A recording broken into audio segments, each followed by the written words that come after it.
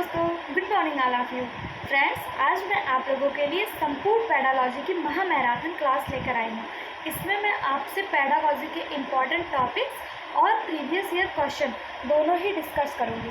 तो आप वीडियो को पूरा देखिएगा और इसमें आपको पॉजिटिव वर्ड्स और निगेटिव वर्ड्स भी बताए जाएंगे, जैसे कि कौन सा वर्ड आपको पेपर में देखते ही क्लिक कर देना है, यानी कि सही कर देना है, और कौन सा वर्ड अगर ऑप्शन में मिल जाए तो आप उसे कभी भी सही नहीं मानेंगे, वो ऑलवेज निगेटिव होता है। वह भी आपको क्वेश्चन के साथ साथ डिस्कस किया जाएगा। तो वीडियो को पूरा देखिएगा और अगर अच्छा लगे तो चैनल को लाइक, शेयर और सब्सक्राइब जरूर करिएगा। सब्सक्राइब करने में आपका कोई भी चार्ज नहीं लगता है, लेकिन मुझे उससे मोटिवेशन मिलता है। ठीक है, तो शुरू करते हैं। हम अपना पेडागॉजी में हम पढ़ेंगे एनसीएफ 2005। एनसीएफ 2005 यानी राष्ट्रीय पाठचर्या की रूपरेखा, नेशनल करिकुलम फ्रेमवर्क। अगर एनसीएफ का फुल फॉर्म आपसे पूछा जाए तो इसका फुल फॉर्म होता है नेशनल करिकुलम फ्रेमवर्क। हिंदी में इसे राष्ट्रीय पाठचर्या की रूपरेखा कहा जाता है। यह 2005 में आया था, इसलिए इसे 2005 का एक दस्तावेज कहा जाता है। ठीक है, राष्ट्रीय पाठचर्या की रूपरेखा 2005 एक ऐसा दस्तावेज है जिसमें ऐसे विषयों पर चर्चा की गई है कि बालकों को क्या और किस प्रकार पढ़ाया जाना चाहिए। यानी कि जो हमारा 2005 का रूपरेखा है, एनसीएफ 2005 है, इसमें हमें बालकों को यानी 1 से 5 और 6 से 8 तक के बच्चों को किस प्रकार से पढ़ाना है और क्या क्या कितना पढ़ाना है, वह सबका जो विवरण है वह 2005 में बताया गया है। फिर राष्ट्रीय पाठचर्या की रूपरेखा 2005 के मार्गदर्शी सिद्धांत, यानी कि इसके कुछ सिद्धांत भी दिए हैं, तो उन्हें हम देख लेते हैं कौन कौन से सिद्धांत हैं। तो ज्ञान को स्कूल के बाहरी जीवन से जोड़ा जाए, यानी knowledge should be linked to the outdoor life of the school. जो हमारा ज्ञान है, जो नॉलेज है, उसे बाहरी जीवन से कैसे, बच्चे का जो ज्ञान है, जो बच्चा ज्ञान अर्जित किया है, अर्जित करना और जो अधिगम करना, दोनों में अंतर होता है। अर्जित करना वो होता है जो हमें हमारे वातावरण से मिलता है, जो बिना किसी एफर्ट के हमको मिल जाए, जो हम कहीं सुन के, कहीं देख के कुछ भी सीख लें, उसे अर्जित करना कहते हैं। लेकिन जिससे याद करने के लिए हमें अधिगम करना पड़े, हमें प्रयास करना पड़े, हमें मेहनत करनी पड़े, उसे अधिगम कहा जाता है। ठीक है, तो यहाँ पे बताया गया है कि ज्ञान को स्कूल के बाहरी जीवन से जोड़ना, यानी जो नॉलेज है, जो प्रीवियस नॉलेज है, उसे हम बाहरी जीवन से कैसे जोड़ दें, वो बताया गया इसके सिद्धांत में। दूसरा है पढ़ाई को रटंत प्रणाली से मुक्त करना, यानी कि जो हमारा रोड सिस्टम है, रटंत प्रणाली है, जो हम रोड सिस्टम के माध्यम, जैसे बच्चे को आपने देखा होगा पहले के प्राइमरी स्कूल में बच्चे जाते थे और खूब तेज आवाज़ आने लगती थी, 1 2 3 ऐसे पढ़ाया जाता था। तो 2 1 जा 2, सॉरी हिंदी में पढ़ाया जाता था उनको, 2 1 कम 2 2 2 4 ऐसे पढ़ाया जाता था। तो इससे ये हर दिन पढ़ाया जाता था, तो इससे बच्चों को रट जाता, जैसे ABCD EFG ऐसे, तो बच्चे को डायरेक्ट ये रट जाता था। लेकिन अगर उन्हीं बच्चों से आप ऐसे रुक के पढ़ने के लिए कहेंगे ABC ऐसे कहेंगे तो वो कंफ्यूज हो जाएंगे। लेकिन अगर उनको एक लय में सुनाना हो तो ABCD EFG तो वो सुना देंगे, भूलेंगे नहीं। तो इसे रटंत प्रणाली कहा जाता था। तो एनसीएफ 2005 जो है ये बताता है कि बच्चों को कभी भी रटंत शिक्षा नहीं देनी है, रटंत प्रणाली के माध्यम से नहीं पढ़ाना, उन्हें समझाकर, उसका अर्थ बताकर, उनके बाहरी जीवन से जोड़कर उन्हें समझाना है। ठीक है, तीसरा सिद्धांत क्या कहता है, पाठचर्या पाठ पुस्तक केंद्रित ना हो, यानी कि जो हमारा करिकुलम है वो टेक्स्ट बुक पे सेंटर्ड ना हो, यानी टेक्स्ट बुक पे आधारित ना हो। पहले आप देखते थे बच्चों को मोटी मोटी किताबें, मोटी मोटी कापियाँ, बहुत हैवी बैग लेके स्कूल जाना पड़ता था। लेकिन जब से एनसीएफ 2005 आया है, इसने कहा है कि बच्चों को पाठ पुस्तक केंद्रित शिक्षा नहीं देनी है, उन्हें बाहरी जीवन के ज्ञान से, वातावरण से शिक्षा देनी है।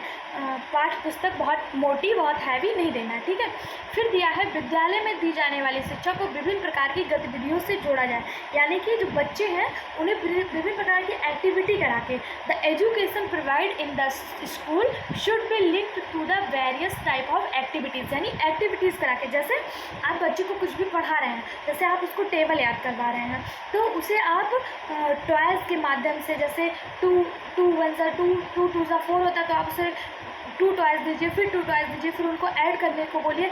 इस तरह की गतिविधि करा के बच्चों को पढ़ाना है। ठीक है, उन्हें रटाना नहीं है, उन्हें समझा समझा के और गतिविधियों के आधारित गतिविधियों से उन्हें पढ़ाना है। फिर क्या कहता है, फिर कहता है राष्ट्रीय मूल्यों के प्रति आस्थावान विद्यार्थी तैयार किए, यानी कि जो बच्चे हैं उन्हें अपने नेशनल की वैल्यू पता हो, वो अपने नेशनल के लिए प्रिपेयर्ड हो सकें, राष्ट्रीय मूल्यों को समझ सकें। ठीक है, ऐसे बच्चों को ऐसे पढ़ाना, उन्हें देश भावना से प्रेरित करना है, देश के लिए कुछ भी करने के लिए तैयार करना है। ऐसे एनसीएफ कहता है कि 2005 एनसीएफ जो है ये इन सब बातों पे ध्यान देने के लिए कहता है। फिर आता है हमारा एनसीएफ 2005 के प्रमुख सुझाव।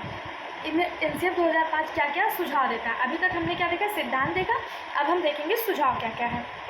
तो इसमें बालक सक्रिय यानी कि चाइल्ड एक्टिव हो, बालक जो है वो एक्टिव हो, वह स्वयं से जाने और सीखे, नई नई चीज़ों का आजमाए, तोड़ जोड़ करे, गलतियां करे और स्वयं सुधार करें। ठीक है, बच्चे की गलती को कभी भी निगेटिव नहीं समझना है, बच्चे की गलती को हमेशा एक्टिव समझना है, हमेशा पॉजिटिव लेना है। बच्चा जब गलती करेगा, एक गलती करेगा, दो गलती करेगा, तीन गलती करेगा और उन्हीं गलतियों से वह सही करने को सीखेगा। तो बच्चे की गलतियों को कभी भी निगेटिव नहीं लेना, यह हमारा एनसीएफ 2005 कहता है। ठीक है, बच्चे जोड़ तोड़ करें, कुछ भी उल्टा सीधा लिखें, गलत सही लिखें, तो उन्हें कभी भी गलत नहीं मानना है, उन्हें उसको करने देना है, उसके लिए उन्हें प्रोत्साहित करना है, वह गलतियों से ही सही करने का तरीका सीखेंगे, यह बताया गया। फिर सीखना सक्रिय यानी लर्निंग एक्टिव व सामाजिक गतिविधि सोशल एक्टिव है। जो सीखना है वो सोशल गतिविधि है, समाज के माध्यम से भी बच्चे सीखते हैं। लर्निंग एक्टिविटी यानी कि सीख करके भी बच्चे सीखते हैं, किसी चीज़ को करके। जैसे यहाँ पर आपको एक फ़ोटो दिखाई गई है और फोटो में दिखाया गया बच्चे देखो टॉयज के माध्यम से सीख रहे हैं ना, तो टॉयज के माध्यम से सिखाना है उन्हें, समाज के माध्यम से सिखाना है। ठीक है, फिर दिया है सीखने में यांत्रिका यानी बार बार नहीं होना चाहिए, यांत्रिकता यानी कि किसी भी चीज़ को बार बार नहीं बताना है। जैसे कि आप 2 1 2 2 2 4 2 3 6 हमेशा घंटे में 2 बार 1 घंटा 2 घंटे लगातार रटवा रहे हैं, तो रटवाना नहीं है, वही चीज़ यहाँ कहा गया, रोट लर्निंग नहीं करवाना है। ठीक है, सीखने को डर और अनुशासन की जगह आनंद और संतोष से जुड़ जाए। बच्चे को डराना नहीं है, धमकाना नहीं है, उन पर बहुत ज़्यादा अनुशासन नहीं करना है, उन्हें किसी भी चीज़ के लिए प्रोत्साहित करना है, उन्हें आनंद लाना है। जैसे कि अगर बच्चा नहीं सीखना चाह रहा है तो उसे अनेक प्रकार के टॉयज के माध्यम से, अनेक प्रकार के खेल के माध्यम से, वातावरण में ले जाकर, पार्क में घुमाकर, उसके माध्यम से बच्चे को सिखाना है। उसे डर और अनुशासन यानी डिसिप्लिन में रख के नहीं सिखाना, कभी भी बच्चे को डराना नहीं है। बच्चे को डराने से उसके अंदर नकारात्मक भावना आती है और उसकी सीखने की जो क्षमता होती है वो कम हो जाती है, तो बच्चे को कभी भी डराना नहीं है। ठीक है, फिर दिया है बालक को स्कूल, घर, समुदाय आदि सब जगह महत्वपूर्ण मन जाए और उसकी भाषा संस्कृत को भी सम्मान देना चाहिए। इसमें क्या कहना चाह रहा है, उसकी भाषा और संस्कृत को भी सम्मान। जैसे देखिए कोई बच्चा है, मान लीजिए वो पूर्वी राज्य से आया हुआ, मान लीजिए मेघालय, असम जैसे पूर्वी राज्यों से आया है उत्तर प्रदेश में। ठीक है, तो उसकी भाषा अलग होगी, उसकी सभ्यता अलग होगी, उसका पहनावा अलग होगा, उसके खाने पीने का तरीका अलग होगा, उसकी संस्कृति अलग होगी। वो अगर उत्तर प्रदेश में आया है तो उसको कभी भी क्लास में ये नहीं दिखाना है कि तुम बाकी बच्चों से भिन्न हो, उसको हमेशा मोटिवेट करना है, उसकी भाषा को, उसकी संस्कृति को महत्व देना है। जैसे कि अगर उत्तर प्रदेश में हिंदी भाषा में पढ़ाया जा रहा है और बच्चे को इंग्लिश भाषा आ रही है, तो उसकी इंग्लिश भाषा को कभी भी निगेटिव वे में नहीं लेना है, उसे हतोत्साहित नहीं करना है, उसको इंग्लिश भाषा में ही पहले समझाएं, फिर धीरे धीरे उसकी मातृभाषा से ही जो है कनेक्ट करके आगे के लैंग्वेज बच्चे को सिखाया जा सकता है। वही यहाँ पे कहा गया है कि उसकी भाषा और संस्कृति को सम्मान दिया जाना चाहिए। फिर क्या कहता है प्राथमिक स्तर पर पाठ्यचर्या की सभी गतिविधियों में भाषा व गणित का महत्वपूर्ण स्थान माना गया है। ठीक है, प्राथमिक स्तर यानी 1 से 5 और 5 से 6 दोनों को ही प्राथमिक स्तर कहा जाता है। ठीक है, प्राथमिक स्तर पर पाठ्यचर्या की सभी गतिविधियों में भाषा एवं गणित का महत्वपूर्ण स्थान माना गया, यानी बच्चे को शुरू से ही गणित और भाषा के बारे में नॉलेज होनी चाहिए। यानी कि चाहे वो आप खिलौनों के माध्यम से सिखाएं, चाहे गेम के माध्यम से सिखाएं, बच्चे को एटलीस्ट गणित में नॉलेज होना चाहिए, जिससे वह अपने दैनिक जीवन में, जरूरी नहीं है कि वो जॉब के लिए ही उसको प्रिपेयर किया जाए, वह अपनी दैनिक जीवन की चीज़ों को, जैसे पैसा हो गया, जैसे घर की कोई वस्तु हो गई, या वो बिज़नेस करना चाह रहा है, दुकान खोलना चाह रहा है, तो उसमें जोड़ घटाव गुणा भाग करना उसे आना चाहिए। यह बताता हमारा एनसीएफ 2005। फिर क्या बताता है, बहुभाषिक कक्षा शिक्षण 3 भाषाओं की वकालत करता है। ठीक है, बहुभाषिक कक्षा यानी मल्टी लैंग्वेज जो कक्षा है वो 3 भाषाएं, त्रिभाषा सूत्र देता है हमारा एनसीएफ 2005। वो त्रिभाषा कौन कौन से हैं, पहला बच्चे की मातृभाषा, दूसरा राज्य की भाषा और तीसरा इंग्लिश लैंग्वेज। कोई भी विदेशी भाषा, ठीक है। इंग्लिश लैंग्वेज आप डायरेक्ट नहीं कह सकते, आप ऐसा कह सकते हैं कोई भी विदेशी भाषा। तो मल्टी लैंग्वेज जो क्लास होती है उसमें 3 लैंग्वेज कंपलसरी होता है, बच्चे की मातृभाषा, दूसरा राज्य की जो भाषा है, और तीसरा विदेशी भाषा। विदेशी भाषा में कुछ भी हो सकता है, आपका इंग्लिश हो सकता है, कुछ भी हो सकता है, ठीक। फ्रेंच हो सकता है, जर्मन हो सकता है, कुछ भी हो सकता है। तो त्रिभाषा सूत्र जो है वो 2005 NCF में बताया गया है। फिर यह इसमें भाषा के 4 कौशल की बात की गई है। सुनना, बोलना, पढ़ना, लिखना। भाषा के कितने कौशल, ये बहुत इंपॉर्टेंट है, ये पेपर में पूछ लिया जाता है कि भाषा के कितने कौशल हैं। तो भाषा के 4 कौशल, सुनना, बोलना, पढ़ना, लिखना। इसको आप ऐसे याद कर सकते हैं, सु वो पाली, सु वो पाली, ऐसे याद कर सकते हैं। सुनना, बोलना, पढ़ना, लिखना, ये ट्रिक है, सु वो पाली। भाषा के 4 कौशल, सु वो पाली, सुनना, बोलना, पढ़ना, लिखना, भाषा के 4 कौशल हैं। फिर यह किसी भी प्रकार की सूचना को ज्ञान मानने से बचा जाए। देखिए, किसी भी प्रकार की सूचना अगर आपको मिल रही है, पहले तो आपको ये नहीं पता है कि वो निगेटिव है या पॉजिटिव है। कोई भी सूचना आई तो ये कंफर्म नहीं है कि वो निगेटिव है पॉजिटिव है, तो उसे ज्ञान नहीं मान के बैठ जाना चाहिए। वह एक जानकारी है, वह एक सूचना है, वह ज्ञान नहीं है। उसे तुरंत याद करने की कोशिश नहीं करना चाहिए, उसे समझना चाहिए, ठीक है। विद्यार्थियों को दी जाने वाली शिक्षा में शिक्षण सूत्र जैसे ज्ञात से अज्ञात की ओर, मूर्त से अमूर्त की ओर आदि शिक्षण सूत्रों का अधिक से अधिक प्रयोग करना चाहिए। यहाँ पे क्या कहा जा रहा है, ज्ञात से अज्ञात की ओर ले जाना चाहिए। कभी भी अज्ञात, जैसे कि बच्चा है, अगर उसे मान लीजिए कोई भी चीज़ है, जैसे कि कोई भी चीज़ मान लीजिए बिस्किट है, तो बिस्किट का जो शेप होता है वो राउंड होता है। तो आप बच्चे को नहीं बताएंगे कि जो गोल होता है वो बिस्किट होता है। आप बच्चे को बच्चा बिस्किट जानता है, बिस्किट को दिखाएंगे और उससे बताएंगे, बच्चों ये जो शेप है इसका राउंड, ये गोल है, तो इसी को गोलाकार कहा जाता है। तो ज्ञात से अज्ञात की ओर ले जाएंगे। बच्चे को ज्ञात है बिस्किट, गोला उसे नहीं पता है, उसे गोला सिखाना है, तो उसे बिस्किट दिखाकर गोलाकार बताया जा सकता है, आयताकार बताया जा सकता है। इसी प्रकार उसे शेप का या फिर किसी भी चीज़ का नॉलेज, तो पहले जो उसका प्रीवियस नॉलेज है, जो बच्चा जानता है, उसके माध्यम से अज्ञात की ओर ले जाना। और मूर्त से अमूर्त क्या मतलब, मूर्त वो चीज़ें होती हैं जिसे हम टच कर सकते हैं, जो चीज़ें हम छू सकते हैं, जो चीज़ें हम देख सकते हैं, उन सब चीज़ों का उदाहरण देके तब उसे उन चीज़ों के पास ले जाया जा सकता है जिसे हम महसूस करते हैं, ठीक है। महसूस करने वाली चीज़ों को ले जा सकते, तो उसे पहले मूर्त से अमूर्त की ओर और ज्ञात से अज्ञात की ओर ले जाना है, ठीक है। फिर क्या कहा गया है, सजा व पुरस्कार की भावना को सीमित किया जाए। पनिशमेंट एंड बेंगेजनेस, सजा और पुरस्कार बच्चे को नहीं देना है। यह बहुत नेगेटिव माना गया है NCF 2005 में कि बच्चे को आप सजा भी नहीं दे सकते और पुरस्कृत भी नहीं कर सकते, यह दोनों ही नेगेटिव माना गया, ठीक है। सहशैक्षिक गतिविधियों में बच्चों के अभिभावक को भी जोड़ा जाए, यानी कि जो बच्चा है उसकी सहशैक्षिक गतिविधियाँ, यानी कि एक दूसरे के संपर्क से, तो उसमें बच्चे के माता पिता, उसके पेरेंट्स, जो भी उसके अभिभावक हैं, उनको भी जोड़ा जाए। यह हमारा NCF 2005 में होता है। फिर है विशाल पाठ्यक्रम व मोटी किताबें शिक्षा प्रणाली की असफलता का प्रतीक है।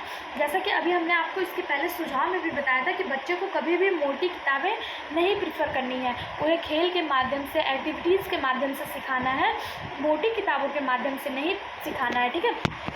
मोटी किताबें हो गई और भारी बैग हो गया, ये सब NCF 2005 निगेटिव मांगता है। कभी भी आपको पेपर में मोटी किताबें, भारी बैग, पुरस्कार, सजा, बच्चे की गलतियाँ, ये सब दिख जाए तो आप निगेटिव, अभी निगेटिव और पॉजिटिव वर्ड भी मैं आपको बताऊंगी, आप मेरे साथ जुड़े रहिएगा, आपके लिए बहुत इंपॉर्टेंट है, ठीक है।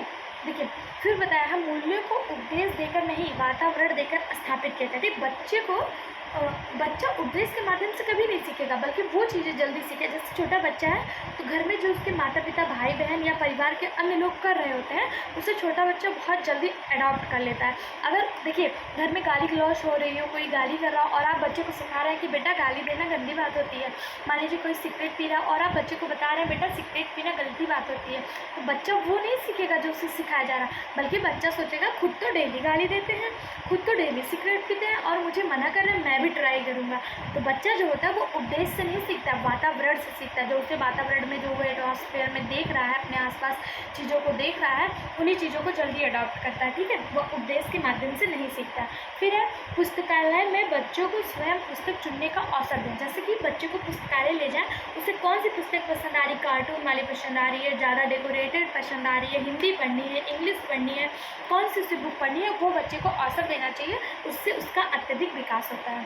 फिर है सांस्कृतिक कार्यक्रमों में मनोरंजन के स्थान पर सौंदर्य बोध को बढ़ावा देना चाहिए, यानी कि सांस्कृतिक कार्यक्रम जो है उससे उसके माध्यम से बच्चे का मनोरंजन तो हो, साथ में उसे किसी चीज़ की शिक्षा भी मिले, या वो देश के प्रति प्रोत्साहित कर रहा हो, वीरता के प्रति प्रोत्साहित कर रहा हो, अपने जीवन को मोटिवेट कर रहा हो, किसी अच्छे सच्चाई के प्रति प्रोत्साहित कर रहा हो, ऐसे सांस्कृतिक कार्यक्रम करवाने चाहिए। ठीक है। फिर दिया है शिक्षकों को अकादमिक संसाधन व नवाचार आदि समय पर पहुंच जाए, या जो शिक्षक हैं उनको अकादमिक संसाधन यानी कि जो जिसके माध्यम से शिक्षक पढ़ाएगा बच्चों को, वो चीज़ें टाइम से उपलब्ध करवा देनी चाहिए। ये सरकार के लिए कहा गया है कि सरकार जो है उन सब चीज़ों को अच्छे से पहुंचा दे। फिर समुदाय और मानवीय संसाधन के रूप में प्रयुक्त होने का अवसर दें, यानी कि कम्युनिटी और ह्यूमन रिसोर्सेज उसके माध्यम से बच्चों को सिखाया जाए। मानसिक स्तर पर योग्यता के अनुसार पाठ्यक्रम का निर्धारण किया जाए। ये सब टीचर के लिए बताया गया है। यूजीसी जो हमारा यूजीसी है, इन सब के लिए बताया गया है कि जो योग्यता है वो मानसिक स्तर, बच्चे का मानसिक स्तर देखकर पाठ्यक्रम को बताएं। ठीक है। बालकों के चहुमुखी विकास यानी ऑल राउंड डेवलपमेंट पर आधारित पाठ्यचर्या हो, ना कि रटंत्र प्रणाली पर नहीं होना चाहिए। मैं बार बार कह रही हूँ, रटंत्र प्रणाली पर नहीं होना चाहिए। ऐसी प्रक्रिया होनी चाहिए जिससे बच्चों का चहुमुखी विकास हो सके। सभी विद्यार्थी हेतु समावेशी वातावरण तैयार करना चाहिए। समावेशी यानी इंक्लूसिव इन्वायरमेंट क्या होता है, यह भी एक पॉजिटिव वर्ड है। समावेशी, कभी भी आपको पेपर में समावेशी वर्ड देखने को मिल जाए तो आप उसको सही मान के आएंगे। समावेशी वातावरण क्या है? समावेशी वातावरण जिसमें बच्चा अपने आप को एडॉप्ट कर सके, जिसके अनुसार बच्चा अपने आप को ढाल सके। ठीक है। देखिए यहाँ पे दिया है कि एनसीएफ 2005 विधियों पर जोर देता है। वो कौन कौन सी विधि है? करके सीखना, निरीक्षण विधि, परीक्षण विधि, सामूहिक विधि और मिश्रित विधि। Learning by doing, inspection method, test method, collective law और मिक्स मेथड, इन 5 विधियों पर एनसीएफ बहुत ज़्यादा जोर देता है। फिर है एनसीएफ 2005 में शिक्षक के प्रति दृष्टिकोण शिक्षक ज्ञान का स्रोत नहीं अपितु एक ऐसा सुगम करता है जो सूचना को अर्थबोध में बदलने की प्रक्रिया के विविध उपायों द्वारा बच्चे हेतु सहायक हो। यानी कि 2005 जो एनसीएफ है वह शिक्षक को क्या मानता है? एक सुगम करता, एक रास्ता, एक बच्चे को प्रेरित करने वाला मार्ग, जिससे बच्चे को किसी भी जटिल चीज़ को तोड़कर आसान से आसान भाषा में बच्चे को समझाया जा सके। एक फैसिलिटेटर माना जाता है किसको? शिक्षक को। ठीक है। फिर देखिए, अब मैं आपको यहाँ से कुछ इंपॉर्टेंट क्वेश्चन कराऊंगी, जो प्रीवियस ईयर क्वेश्चन है वो कराऊंगी, और उसमें कौन सा वर्ड पॉजिटिव है और कौन सा निगेटिव है, जिन्हें देखकर आपको पेपर में क्लिक करके आना। मैं पूरा विश्वास दिलाती हूँ आपको, अगर आप ये वीडियो लास्ट तक देखते हैं तो आपका पेडोलॉजी में एक भी क्वेश्चन गलत नहीं होगा, अगर आप अच्छे से इसे पढ़ते हैं। ठीक है। अब देखिए, निगेटिव वर्ड, जैसे भी आपको पेपर में ओनली और पनिशमेंट शब्द मिल जाए, ये आपके लिए निगेटिव वर्ड है। ओनली और पनिशमेंट जहाँ भी आपको देखने को मिले आप उसे तुरंत गलत करके आएंगे। मेरे कहने से आप गलत करके आएंगे और आपका क्वेश्चन गलत नहीं होगा, वो सही होगा। अगर मान लीजिए आपको क्वेश्चन नहीं आ रहा है और आपको पेपर में कहीं भी नहीं देखने को मिल गया या ओनली देखने को मिल गया, तो आप उसे क्या करेंगे? गलत करके आएंगे। ठीक है। जैसे कि क्वेश्चन देखिए, एक प्राथमिक विद्यालय की अध्यापिका बच्चे को एक प्रभावशाली समस्या समाधानकर्ता बनाने के लिए किस प्रकार से प्रोत्साहित कर सकती है? बच्चे को क्या बनाना है? एक समस्या समाधानकर्ता बनाना है। तो देखिए, प्रत्येक छोटे कार्य के लिए बच्चे को पुरस्कार देना है। तो मैंने अभी आपको बताया था, पुरस्कार जहाँ भी मिल जाए वहाँ क्या करना है? गलत काटना है। फिर है केवल प्रक्रिया ज्ञान पर बल देना है। ये भी आपका क्या हो जाएगा? गलत हो जाएगा। केवल जहाँ ओनली मिल गया ना, ये भी आपका गलत हो जाएगा। गलत उत्तरों को अस्वीकार करना एवं दंडित करना, दंड भी बच्चे को बिल्कुल भी नहीं देना है, तो दंडित करना भी गलत हो गया। बच्चे को सहजानुभूत अनुमान लगाने के लिए प्रोत्साहित करके तथा उसी पर आधारित विचार मंथन करके, यहाँ पे बच्चे को देखिए विचार मंथन करने के लिए उसे अपनी क्रिएटिविटी उभारने का मौका दिया जा रहा है, उसे प्रोत्साहित किया जा रहा है, तो यह हमेशा पॉजिटिव सेंस में जाएगा। मैंने आपको अभी बताया ना कि जहाँ पर आपको पुरस्कार, ओनली, ये सब शब्द मिल जाए वो गलत हो जाएगा। पुरस्कार हो गया, ओनली यानी केवल हो गया, दंड हो गया, बच्चे को कभी भी दंड नहीं देना है, ये सब आपका निगेटिव सेंस में हो जाएगा। तो आपका सही आंसर है ऑप्शन 4, बच्चे को सहजानुभूत अनुमान लगाने के लिए प्रोत्साहित करके तथा उस पर आधारित विचार मंथन करके। ठीक है। फिर देखिए, आपको निगेटिव वर्ड यहाँ पे कुछ और भी दिए हैं, जैसे कि रटना यानी कि रोट प्रणाली, जहाँ पे आपको रटना, याद करना या कंठस्थ करना वर्ड मिल जाए वो भी आपके लिए निगेटिव है। बच्चे को कभी भी रोट प्रणाली, रोट सिस्टम नहीं सिखाना है। हिंदी में उसे रटना, याद करना या कंठस्थ करना लिख के आएगा, लेकिन इंग्लिश में उसे रोट लर्निंग आएगा, तो वह हमेशा निगेटिव होगा। अगर कहीं भी आपको ऑप्शन में मिल जाए तो उसे आपको बिना कुछ सोचे समझे गलत काटना है। ठीक है, देखिए इससे क्वेश्चन कैसे आते हैं। देखिए, अधिगम की अभिप्रेरणा को किस प्रकार कायम रखा जाए। ठीक है, ये पूछा है अधिगम की अभिप्रेरणा को किस प्रकार कायम रखा जाए। तो इसके ऑप्शन है प्रवृत्ता अभिमुख लक्ष्यों पर जोर देकर, बच्चों को बहुत आसान क्रियाकलाप देकर, यंत्रवत याद करने पर जोर देकर, बच्चे को दंड देकर। तो देखिए आपको यहाँ पर यंत्रवत याद करना यानी फोर्सिंग ऑफ रोट लर्निंग, तो आपको रोट लर्निंग को गलत कर देना है। बच्चे को दंड भी नहीं देना है। Gives very easy task children, focus on goal लक्ष्य के प्रति कभी भी नहीं भागना, बच्चे को एक गोल कभी भी नहीं देना। बच्चे को giving easy very easy task देकर, बच्चे को बहुत आसान टास्क देकर इसमें सही हो जाएगा। ठीक है, लक्ष्य के प्रति एक लक्ष्य निर्धारित करके बच्चे को कभी भी नहीं भगाना है, ना ही उसे रोट माध्यम देना है, ना ही उसे दंड देना है। तो इसका सही जवाब हो जाएगा ऑप्शन बी, बच्चे को बहुत आसान क्रियाकलाप देकर। फिर दिया है निगेटिव वर्ड। देखिए यहाँ पर निगेटिव वर्ड है व्याख्यान या व्याख्या विधि, तो यह हमेशा भी गलत माना जाएगा, जहाँ पर आपको व्याख्यान या व्याख्या विधि, बल्कि बच्चों को क्या देना है, अपॉर्चुनिटी देना है, बच्चे को अवसर देना है, यह पॉजिटिव माना जाएगा। बच्चे को अपॉर्चुनिटी के माध्यम से सिखाना है, ना कि उसे व्याख्यान के माध्यम से सिखाना। इस पर कैसे क्वेश्चन आते हैं, देखिए शिक्षक बच्चों को जटिल अवधारणा की समझ को किस प्रकार सहज कर सकता है। तो यहाँ पर 4 ऑप्शन दिए हैं बच्चों की जटिल अवधारणा। देखिए आप अगर प्रश्न आपको नहीं समझ में आ रहा तो आप इसके ऑप्शन के माध्यम से भी इसको सही कर सकते हैं, पॉजिटिव और नेगेटिव वर्ड जानकर। तो देखिए यहाँ पे पहला दिया है एक व्याख्यान देकर, तो मैंने आपको क्या बताया, लेक्चर मेथड ऑलवेज रॉन्ग होता है, तो लेक्चर मेथड गलत हो गया। फिर है प्रतियोगितात्मक अवसरों की व्यवस्था करके, यानी कि कॉम्पिटिटिव इवेंट करा के, तो कंपटीशन बच्चों में कभी भी नहीं कराना, कंपटीशन भी नहीं कराना। बार बार यांत्रिक अभ्यास के द्वारा, रोट लर्निंग तो बिल्कुल भी गलत हो गया। अन्वेषण एवं परिचर्या के लिए अवसर उपलब्ध कराना, देखिए आपको यहाँ पे पॉजिटिव वर्ड क्या मिल गया, अवसर उपलब्ध कराना, तो बच्चे को ऑलवेज अवसर उपलब्ध करा के ही सिखाया जाता है। तो यहाँ पे क्या सही हो गया, ऑप्शन 4, यानी कि बच्चे को अवसर उपलब्ध करा के। अगर आपने क्वेश्चन नहीं भी पढ़ा है, केवल क्वेश्चन आपको नहीं भी समझ में आ रहा है, तो आप पॉजिटिव और निगेटिव वर्ड के माध्यम से इस तरह से अपने प्रश्न को सही कर सकते हैं, आपका एक भी गलत नहीं होगा। मैंने आपको क्या बताया, व्याख्यान विधि हमेशा गलत होता है, रोट लर्निंग हमेशा निगेटिव होता है, बच्चे को प्रतियोगिता कभी भी नहीं करानी है, बच्चे को लक्ष्य के प्रति कभी भी नहीं भगाना है, उसे हमेशा अवसर देना, उसे नई अपॉर्चुनिटी देना है, लर्निंग बाय डूइंग करना है, यानी वह करके खुद करके सीखे। ठीक है, फिर देखिए कुछ और वर्ड है, देखिए पॉजिटिव वर्ड है लोकतांत्रिक प्रजातांत्रिक, यानी डेमोक्रेटिक, जहाँ भी आपको प्रश्न में देखने को मिल जाए लोकतांत्रिक और प्रजातांत्रिक, डेमोक्रेटिक वह पॉजिटिव वर्ड में आता है। ठीक है, देखिए इस पर प्रश्न कैसे आते हैं, निम्नलिखित में से कौन सा बच्चों के संज्ञानात्मक विकास के लिए सर्वाधिक उपयुक्त है।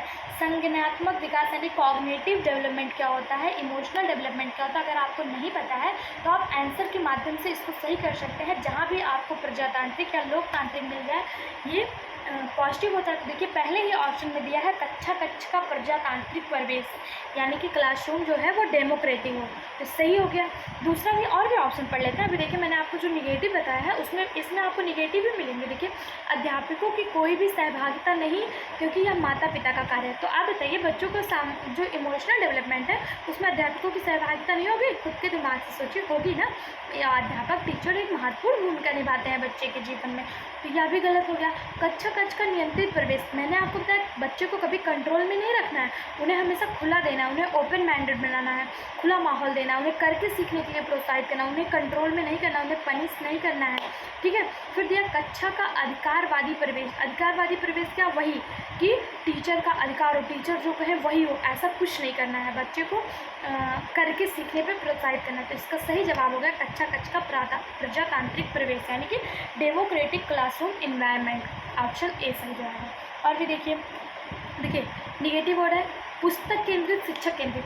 बच्चे को हमेशा केंद्र में रखना है, शिक्षक को कभी भी केंद्र में नहीं रखना है, टीचर कभी भी केंद्र में नहीं हो। केंद्र में कौन होगा? बच्चा। बाल केंद्रित इन्वायरमेंट हमेशा होनी चाहिए, क्लास में हमेशा बालक को सेंटर में रखना है। अगर बालक को सेंटर में दिया तो आपका पॉजिटिव हो जाएगा, अगर टीचर को या बुक को सेंटर में दिया तो वो निगेटिव हो जाएगा। इससे प्रश्न कैसे आते हैं देखिए। प्रश्न है, शिक्षण से अधिगम पर बल देने वाला परिवर्तन हो सकता है। तो अगर आप प्रश्न नहीं पढ़े हैं, आपको प्रश्न नहीं समझ में आया, तो आप ऑप्शन के माध्यम से इसको सही कर सकते हैं अगर आपको पॉजिटिव और निगेटिव पता है तो। देखिए, परीक्षा परिणामों पर केंद्रित होकर, परीक्षा परिणामों पर केंद्रित होकर, तो रिजल्ट, बच्चे को रिजल्ट के माध्यम से कभी भी नहीं जांचना, यह आपका गलत हो जाएगा। बाल केंद्रित शिक्षा पद्धति अपनाकर, तो मैंने आपको कहाँ बताया, क्या बताया, जब भी आपको चाइल्ड सेंटर देखने को मिल जाए वह ऑलवेज सही होता है। फिर दिया रटने को प्रोत्साहित करके, तो रटना गलत हो गया। अगर शिक्षा की तकनीकी अपनाकर, ये भी गलत हो गया। ऑप्शन बी इसमें सही है, बाल केंद्रित शिक्षा पद्धति। फिर देखिए पॉजिटिव वर्ड है इरर, बच्चे की गलतियाँ, बच्चे की त्रुटियाँ, बच्चे का इरर कभी भी आपको गलत नहीं समझना, उन्हें हमेशा पॉजिटिव समझना है। ठीक है, बच्चे की गलतियाँ कभी भी गलत नहीं होती हैं, उसे हमेशा पॉजिटिव समझना है। इससे प्रश्न कैसे आते हैं?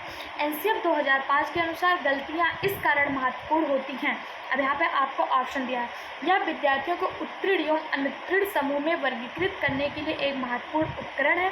तो बच्चे को कभी भी उत्तीर्ण और अनुत्तीर्ण की भावना से नहीं पढ़ाना है, उन्हें जीवन में आगे बढ़ने की भावना से पढ़ाना है।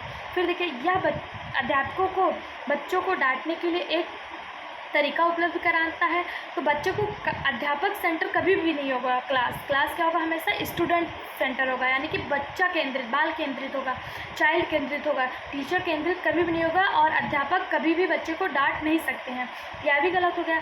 यह बच्चे के विचार को अंतर्दृष्टि उपलब्ध कराता है तथा संसाधनों को पहचानने में सहायता करता है। तो देखिए, जब बच्चा गलतियाँ करेगा तो उससे नई नई चीज़ों को भी सीखेगा और उनसे उनके जो प्रॉब्लम है वो समाधान होते हैं। तो यह बिल्कुल सही है, ऑप्शन सी। अगला पढ़ लेते हैं, यह कक्षा से कुछ बच्चों को हटाने के लिए आधा स्थान उपलब्ध कराता है। तो यह बिल्कुल भी सही नहीं है। इसका जो सही जवाब है वह है, यह बच्चे के विचार को अंतर्दृष्टि उपलब्ध कराती है तथा समाधानों को पहचानने में सहायता करती है। ऑप्शन सी इसका सही जवाब है। ठीक है, फिर है यहाँ पे निगेटिव वर्ड दिया है निष्क्रिय और पॉजिटिव वर्ड दिया है सक्रिय, यानी कि एक्टिव और पैसिव, पैसिव और एक्टिव यानी सक्रिय, पैसिव यानी कि निष्क्रिय। जहाँ भी आपको यह वर्ड देखने को मिल जाए, अगर निष्क्रिय मिलता है, अगर बच्चा आपको निष्क्रिय दिखाई दे रहा है तो आप उसे देखते ही आंसर को गलत काट देंगे, और अगर सक्रिय दिखाई दे रहा है यानी कि पैसिव दिखाई दे रहा है वह हमेशा सही होता है, एक्टिव। इस तरह के प्रश्न कैसे आते हैं कि बच्चों के बारे में निम्नलिखित कथनों में से कौन सा सही है? बच्चे जानकारी के निष्क्रिय प्राप्त करता है, तो देखिए निष्क्रिय मिल गया, जहाँ पे निष्क्रिय मिल जाएगा उसे हमेशा गलत काटना है।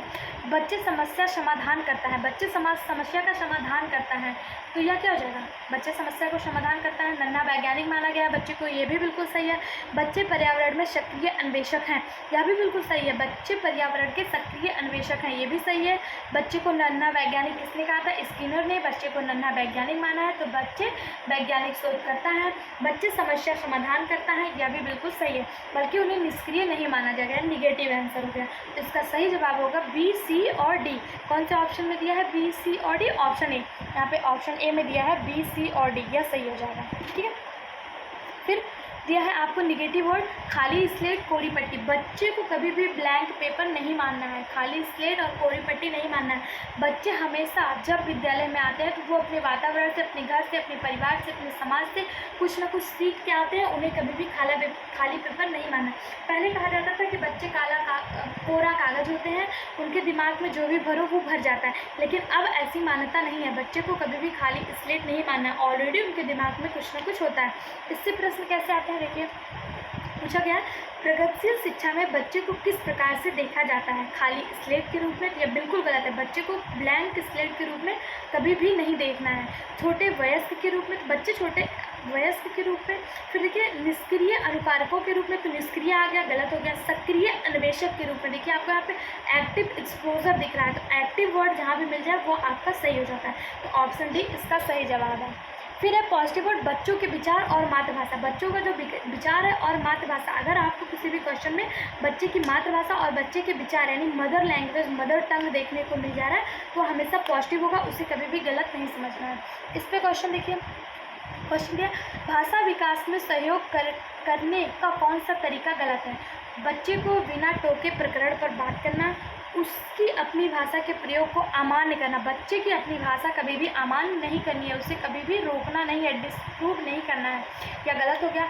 उसके प्रयोग का समर्थन करना, तो यह बिल्कुल भी सही है, बच्चे के प्रयोग का हमेशा समर्थन करना है।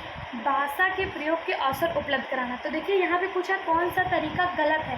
क्वेश्चन आप ध्यान से देखिए, यहाँ पे गलत पूछा है, तो इसमें जो गलत है वो है उसकी अपनी भाषा के प्रयोग को अमान्य करना। यहाँ पे ये गलत होते हुए भी सही है, क्योंकि क्वेश्चन में गलत पूछा है। बाकी 3 के ऑप्शन सही है। बच्चे को बिना टोके प्रकरण पर बात करना, यानी बच्चा जो भी बोलना चाह रहा है उसे बोलने देना, उसकी कहने पे रोक नहीं लगाना है। वो गलत सही जो भी बोल रहा है पहले उसे सुनो, ठीक है, तो उसे टोकना नहीं है। फिर है उसके प्रयोगों का समर्थन करना। वो जो भी प्रयोग कर रहा है, जो भी लिख रहा है, जो भी गलत सही जो भी कर रहा है, उसको कहिए कि हाँ बहुत अच्छा है, लेकिन इसमें ऐसे सुधार किया जा सकता है, ना कि उसे टोकिए ये गलत है, ये क्या कर रहे हो, ऐसा नहीं करना है।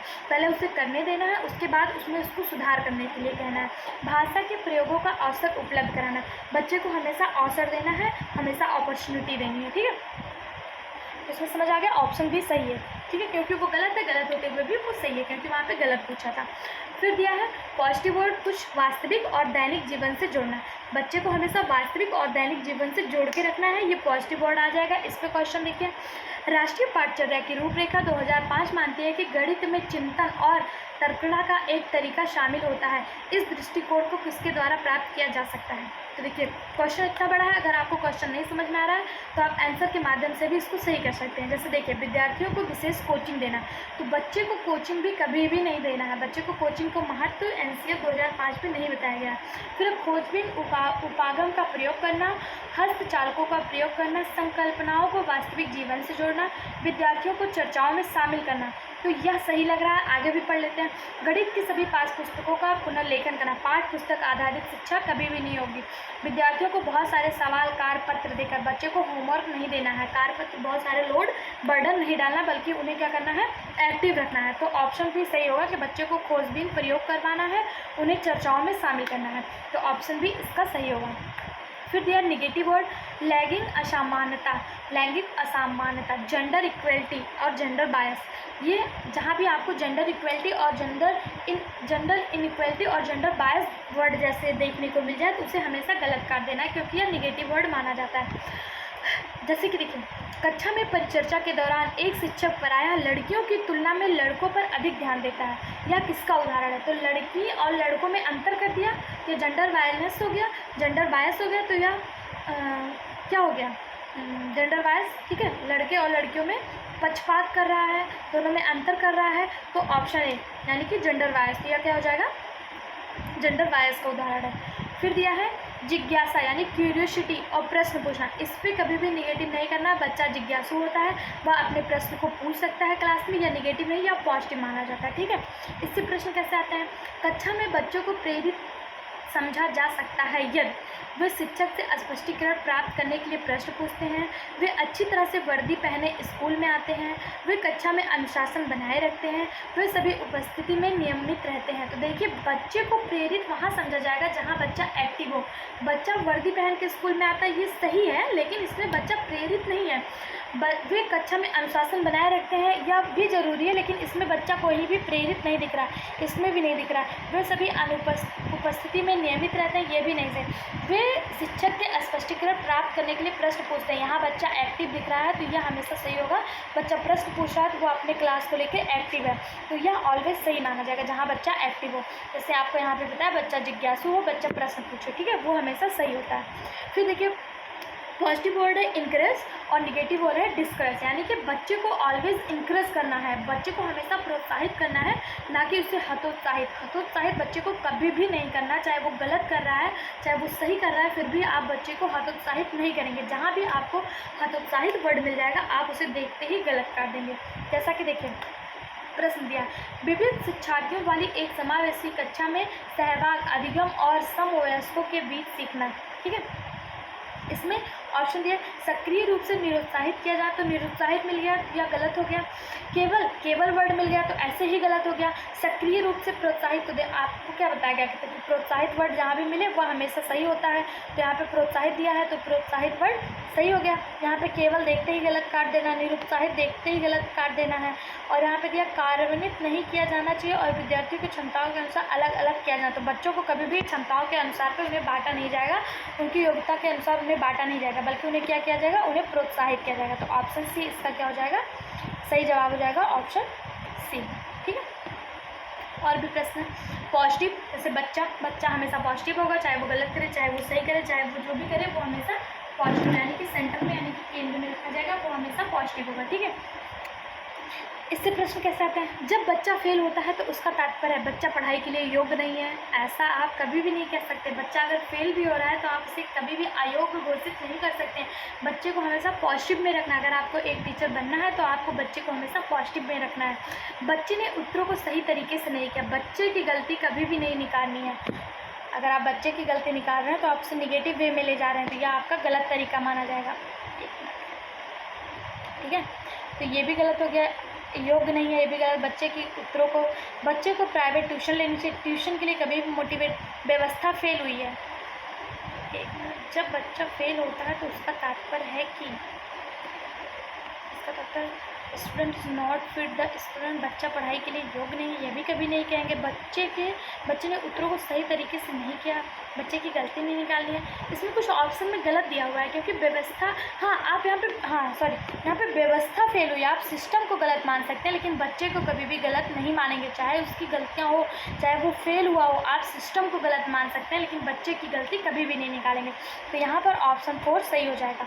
ठीक है, सिस्टम ही गलत है। बच्चे को प्राइवेट ट्यूशन नहीं लेना है, बच्चे का तरीका भी गलत नहीं हो सकता, बच्चा अयोग्य नहीं हो सकता, बल्कि क्या होगा, अगर बच्चा फेल होता है तो क्या माना जाएगा कि सिस्टम ही फेल है, व्यवस्था ही फेल हुई है। ठीक है, फिर दिया है पॉजिटिव वर्ड समावेशी कक्षा और शिक्षा, यानी कि इंक्लूसिव एजुकेशन। अगर आपको कहीं भी समावेशी शिक्षा या समावेशी कक्षा मिल रही है ऑप्शन में, तो उसे आप बिना देखे सही कर दीजिएगा। जैसे कि देखिए, शिक्षा का अधिकार अधिनियम 2009 के अनुसार विशेष आवश्यकता वाले बच्चों को पढ़ना चाहिए, खासतौर पर उनके लिए बनाया गया जिन्हें उन्हीं के लिए बनाए गए विशेष विद्यालयों में। तो नहीं, ऐसा कहीं भी नहीं कहा गया कि जो विशेष बच्चे हैं उन्हें विशेष विद्यालय में पढ़ना, उन्हें समावेशी कक्षा मिलनी चाहिए। ठीक है, जहाँ पे आपको समावेशी शिक्षा व्यवस्था या समावेशी कक्षा मिल जाए उसे आपको बिना देखे ही सही कर देना है। विशेष विद्यालयों में नहीं पढ़ना है, घर पर माता पिता की देखभाल में बिल्कुल भी नहीं। समावेशी शिक्षा, देखिए यहाँ पे समावेशी शिक्षा दिया, यह बिल्कुल सही हो जाएगा समावेशी शिक्षा। व्यावसायिक प्रशिक्षण केंद्रों में जो उन्हें जीवन कौशलों के नहीं, ये भी नहीं मानना है। आपको विशेष बच्चों को कभी भी विशेष शिक्षा या अलग से पढ़ाने या उन्हें कुछ ऐसे अलग क्लासरूम ऐसी चीज़ों पे कभी भी प्रोत्साहित नहीं करेंगे उन्हें, बल्कि क्या करेंगे, समावेशी कक्षा के माध्यम से ही उसी कक्षा में रखकर उन्हें पढ़ाया जाने के लिए प्रोत्साहित किया जाता है। जहाँ भी आपको समावेशी कक्षा या समावेशी शिक्षा मिल जाए तो वह हमेशा सही होता है। अगर वीडियो आपको पसंद आ रहा हो, मेरा एफर्ट अच्छा लग रहा हो और इस तरह के और वीडियो आप पाना चाहते हो तो चैनल को लाइक शेयर और सब्सक्राइब जरूर करिएगा। अभी और भी है, आप कहीं भी मत जाइए। आगे देखिए, पॉजिटिव वर्ड दिया है करके सीखना, हस्तपरक अनुभव, यानी learning by doing hand on activity. अगर बच्चा कुछ चीज़ करके सीख रहा है, अपने हाथ के माध्यम से एक्टिविटी कर रहा है, तो उससे भी कभी भी गलत नहीं करना है, चाहे वो गलत ही हो रहा है। अगर बच्चे को एक हाउस बनाने के लिए कहा गया है, एक ड्राइंग बनाने के लिए दिया गया, अगर बच्चा गलत बना रहा, सही नहीं बनाया, तो उसे कभी भी गलत नहीं कहना है, बल्कि उसे क्या करना है, ऑलवेज सही मानना है।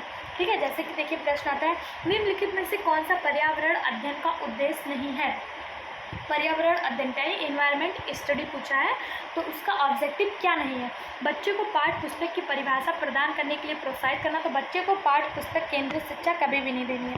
तो पाठ्य पुस्तक मिल गया तो ये गलत हो गया, ऐसे ही प्रोत्साहित करना। बच्चे को जिज्ञासा और सृजनात्मकता का पोषक करना, ये सही हो सकता है। प्रवेशीय मुद्दे पर जागरूकता का विकास करना, ये भी सही है। बच्चे को स्वयं अपने हाथों से कार्य करना और खोजने के क्रियाकलापों को जोड़ना, ये भी बिल्कुल सही। देखिए यहाँ पे आपको ऑप्शन में दिया है नहीं है, यहाँ पे नहीं है, ये मैंने ध्यान नहीं दिया, यहाँ पे नहीं है दिया ऑप्शन। प्रश्न को आपको बहुत ध्यान से पढ़ना है, कहाँ पे आपको नहीं दे रहा, कहाँ पे आपको है दे रहा। यहाँ पे दिया पर्यावरण शिक्षा का उद्देश्य नहीं है, तो परिभाषा के माध्यम से बच्चों को सिखाना पर्यावरण शिक्षा का उद्देश्य नहीं, बल्कि क्या करना है, बच्चों की जिज्ञासा को, सृजनात्मक का पोषण करना है। बच्चे जो जिज्ञासु प्रवृत्ति के होते हैं उनकी जिज्ञासा को पर्यावरण के माध्यम से उनकी जिज्ञासा को शांत करना, उसको सिखाना, उसके बारे में बताना। परिवेशीय मुद्दे पर जागरूकता करना, यानी हमारे आसपास के जो परिवेश है उसके मुद्दे पर कैसे हम पानी को संरक्षित कर सकते हैं, ऐसी चीज़ों गंदगी को क्यों ना फैलाया जाए, इससे क्या क्या बीमारियाँ होती है, ये हमें इन्वायरमेंट के माध्यम से बच्चे को सिखाना है। बच्चे को स्वयं अपने हाथों से कार्य करने और खोजने की क्रियाकलापों के लिए जोड़ना, मतलब बच्चे हमेशा अपने हाथों से कार्य करके कुछ चीज़ें करके ही सीखें, इसके लिए बच्चे को प्रोत्साहित करना। ठीक है, तो ऑप्शन इसका सही जवाब हो जाएगा, क्योंकि ये गलत है, और गलत होते भी ये सही है क्योंकि यहाँ पे नहीं पूछा है। फिर है निगेटिव वर्ड, रोजगार, व्यवसाय और उच्च ग्रेड की शिक्षा। बच्चे को कभी भी रोजगार के लिए, व्यवसाय के लिए या उच्च शिक्षा के लिए कभी भी नहीं, उच्च ग्रेड के लिए, हाई मार्क्स के लिए कभी भी बच्चे को नहीं पढ़ाना है। हमेशा उसे किसके लिए पढ़ाना है, एक अच्छा व्यक्ति बनने के लिए, देश के प्रति समर्पित होने के लिए, इन सब चीज़ों के लिए पढ़ाना। उसे रोजगार के लिए, व्यवसाय के लिए व उच्च ग्रेड की शिक्षा के लिए नहीं पढ़ाना। जहाँ भी आपको ये वर्ड देखने को मिल जाए आप उसे गलत कर देंगे। देखिए, हम प्रश्न को अगर नहीं भी पढ़ते हैं तो भी हम ऑप्शन से ही आंसर निकाल लेते हैं। ऑप्शन पहला दिया, गणित में उच्चतर और अमूर्त पढ़ाई की तैयारी करना। फिर दिया, गणित को बच्चों की जिंदगी की अनुभव का भाग बनाना। समस्या समाधान और समस्या प्रस्तुत करने के लिए कौशल को प्रोत्साहित करना। तर्क संगत विचारों को प्रोत्साहित करना। आपको यहाँ पे प्रश्न क्या दिया, नहीं दिया है ऑप्शन में, तो आपको नहीं जैसा क्या दिख रहा है यहाँ पे, गणित को बच्चों की जिंदगी के अनुभवों का भाग बनाना, यह बिल्कुल सही है। समस्या समाधान और समस्या प्रस्तुत करने के कौशल को प्रोत्साहित करना कह रहा है, यह भी बिल्कुल सही है। तर्क संगत विचारों को प्रोत्साहित वर्ड मिल गया, यह भी बिल्कुल सही है। पहला दिया है, गणित में उच्चतर और अमूर्त पढ़ाई की तैयारी करना। उच्चतर शिक्षा कभी भी बच्चों को नहीं देनी है, शिक्षा हायर लेने के लिए, ग्रेड लेने के लिए, इन सब चीज़ों के लिए बच्चों को नहीं पढ़ाना। बिना प्रश्न देखे ही हमने आंसर सही मार्क कर दिया। अब देखिए, हम प्रश्न के माध्यम से देखते हैं कि प्रश्न में क्या कहना चाह रहा है। राष्ट्रीय पाठचर्या की रूपरेखा यानी एनसीएफ 2005 के अनुसार प्राथमिक स्तर पर गणित का शिक्षा का उद्देश्य नहीं है।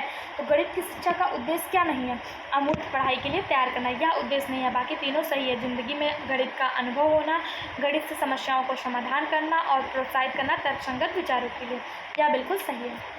फिर दिया निगेटिव वर्ड्स, ही, जहाँ भी आपको ही वर्ड देखने को मिल जाए वह निगेटिव माना जाए। जैसे भाषा क्या है, नियमों की जानकारी से ही निखरती है, तो नियमों की जानकारी से ही निखरती है, ही जहाँ मिल गया तो क्या हो जाएगा, निगेटिव। विद्यालय में ही सीखी जाती है, गलत है। भाषा हमेशा विद्यालय में नहीं सीखी जाती, बाहर के वातावरण से भी भाषा सीखने का मिलता है। फिर यह नियमबद्ध व्यवस्था है, इसमें कहीं ही नहीं लगा है, ये सही हो जाएगा। फिर सदैव व्याकरण के नियमों का ही अनुगमन करें, ही जहाँ मिल गया वह क्या हो जाएगा, गलत। ही वर्ड जहाँ पे भी आपको मिल जाएगा वह क्या हो जाएगा, गलत वर्ड माना जाएगा। ठीक है, यह निगेटिव वर्ड है। फिर बहुभाषिकता यानी मल्टी लैंग्वेज, यह ऑलवेज पॉजिटिव होता है, यहाँ पे पॉजिटिव लिखना भूल गए। बहुभाषिकता क्या होता है, हमेशा पॉजिटिव होता है। ठीक है, जैसे प्रश्न में बहुभाषिक कक्षा में बच्चों की भाषाएं भाषा सीखने की प्रक्रिया को बाधित करती है, तो यह कभी भी बाधित नहीं करेगी। यह निगेटिव दे रहा है, बाधित करती है, तो यह गलत हो जाएगा, क्योंकि बहुभाषिकता जो कक्षा होती है वो पॉजिटिव होती है, और यहाँ पे निगेटिव का सेंस दिया है तो निगेटिव नहीं होगी, बल्कि क्या होगी, पॉजिटिव होगी, बाधित नहीं करेगी, तो बाधित दिया, गलत।